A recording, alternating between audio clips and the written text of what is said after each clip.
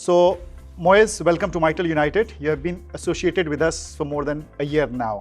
So how do you see this journey so far? Yeah, first of all, thank you, Asif, for having us here at Mitel United. The journey with Mitel has been magnificent, mainly because the team behind Mitel and the solutions that Mitel have to offer are world-class, and it's much easier when you have a solution that is making that you can take to the customer and make it easy for the customer to accept. So the journey has been great, and we're here after 12 months, and I'm really looking forward to the next 12 months of the chapter. Thank you for the participation. So Moiz, COVID has been very challenging for all of us for many years. So did you see any impact of COVID-19 on your business model as a distribution and partner in Africa? Yes, we did, because if we look at COVID, there were certain industries that were definitely affected and that stopped spending. And as you know, for Mitel, hospitality is a huge player.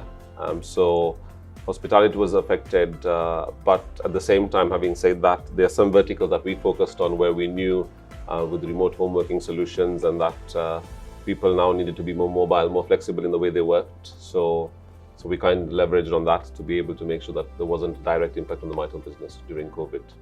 Okay, so great. So let's talk about a little bit on African market, since you are, associated with us primarily for African market. So in terms of the challenges in African market, how do you see what are those challenges, and how do you address that?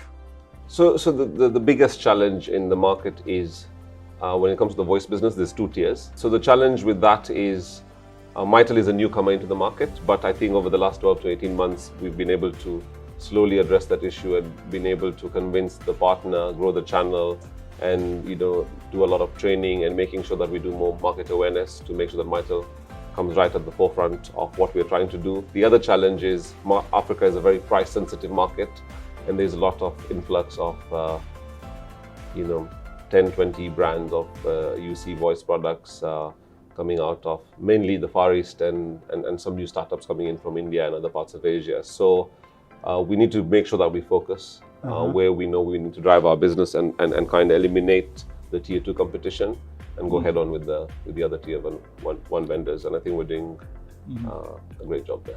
So if I may ask you, what are your key priorities for FY23 as a distribution partner? So our key priorities are obviously to grow the business.